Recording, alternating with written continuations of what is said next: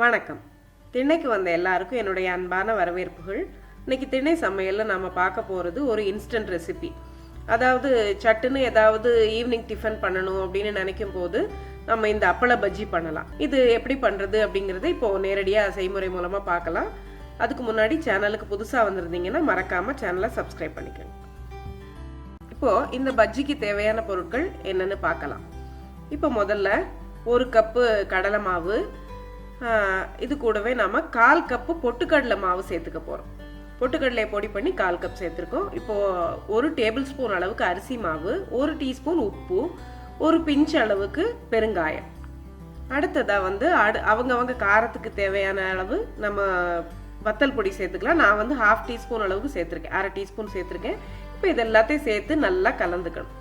இப்போ கலந்துக்கிட்டு இது கூட கொஞ்சம் கொஞ்சமாக தண்ணி சேர்த்து நாம் இதை திக்காக பஜ்ஜி மாவு பதத்துக்கு நம்ம கலந்துக்கிறோம். இப்போ இதில் நம்ம முக்கியமாக ஒன்று பார்க்கணும், இதில் நம்ம சோடா உப்பு எதுவுமே கலந்துக்கல.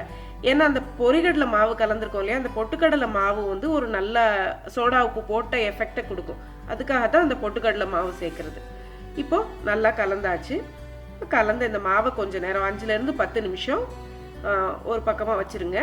வச்சுட்டு அதுக்கப்புறம் இந்த அப்பளத்தை நம்ம ஒடிச்சு வச்சுக்கலாம். இப்போ உங்களுக்கு என்ன சைஸ் தேவையோ, இப்போ பாதியாக வேணும்னா அந்த பாதியாக வச்சுக்கலாம், இல்லைன்னா கால்வாசி அளவு சின்ன பஜ்ஜி தேவைன்னா இந்த மாதிரி ஒடிச்சுக்கலாம். இப்போ வானலியில் எண்ணெய் சூடாயிருச்சு.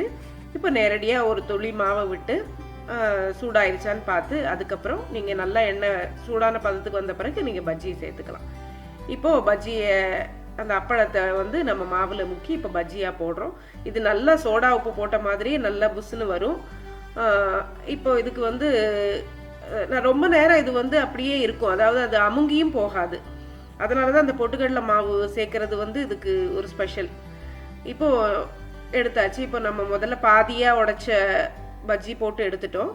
இப்போ அடுத்ததா நம்ம கால்வாசி சைஸுக்கு சின்னதாக உடைச்சதை போட்டு எடுத்துடலாம். இந்த ரொம்ப ஈஸி இந்த ரெசிபி. குழந்தைங்களுக்கும் சரி பெரியவங்களுக்கும் சரி இது சாப்பிட்றதுக்கு ரொம்ப பிடிக்கும். ஈவினிங் ஸ்நாக்ஸாக டீயோடையோ காஃபியோடையோ சாப்பிட்றதுக்கு ரொம்ப நல்லா இருக்கும்.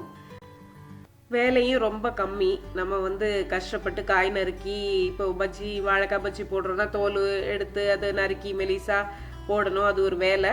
அப்படி இல்லாமல் அவசரமாக நம்ம பண்ணுறதுக்கு இந்த மாதிரி பஜ்ஜி பண்ணலாம். இந்த பஜ்ஜி ரெசிபி உங்களுக்கு பிடிச்சிருக்கும்னு நினைக்கிறேன். இது குழந்தைங்க பெரியவங்க எல்லாருக்கும் பிடிச்ச மாதிரி இருக்கும் இந்த பஜ்ஜி. இதை நீங்களும் செஞ்சு பாருங்கள். இந்த ரெசிபி உங்களுக்கு பிடிச்சிருந்ததுன்னா வீடியோவை லைக் பண்ணுங்கள், உங்கள் ஃப்ரெண்ட்ஸோட ஷேர் பண்ணிக்கோங்க. இன்னொரு நல்ல ரெசிபியோட அடுத்து சந்திப்போம். நன்றி.